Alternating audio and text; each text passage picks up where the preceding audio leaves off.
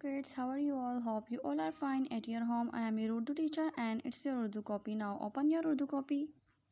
Students, आज हम पढ़ेंगे हुर्फ देखकर पहचान कराएं। हुर्फ देखकर पहचान कराएं में हमें क्या करना होता है। सामने हमें पिक्चर दी हुई होती है और उसका हमें सबसे पहला हुर्फ लिखना होता है। सबसे पहले पिक्चर हमें दी हुई है, क्या है ये, क्या आप बता सकते हैं मुझे? दरख्त। तो मुझे ये बताएं कि दरख्त का सबसे पहला हुर्फ कौन सा है, किससे शुरू होता है? दरख्त कौन से हर्फ से शुरू होता है? दाल। तो इस डिश में हमें क्या बनाना है? दाल। दरख्त के बाद हमें दूसरी पिक्चर कौन सी दी हुई है, बताएं मुझे।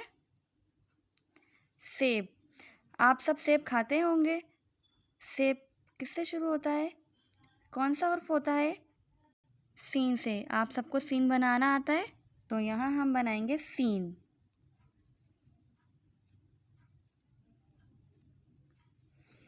स्टूडेंट्स, बाकी की 3 पिक्चर्स जो दी गई हैं इसके सामने आपको इसका हर्फ खुद ही लिखना है। आज के लिए बस इतना ही। नेक्स्ट वीडियो में मुलाकात होगी। अपना ख्याल रखिए। अल्लाह हाफिज़।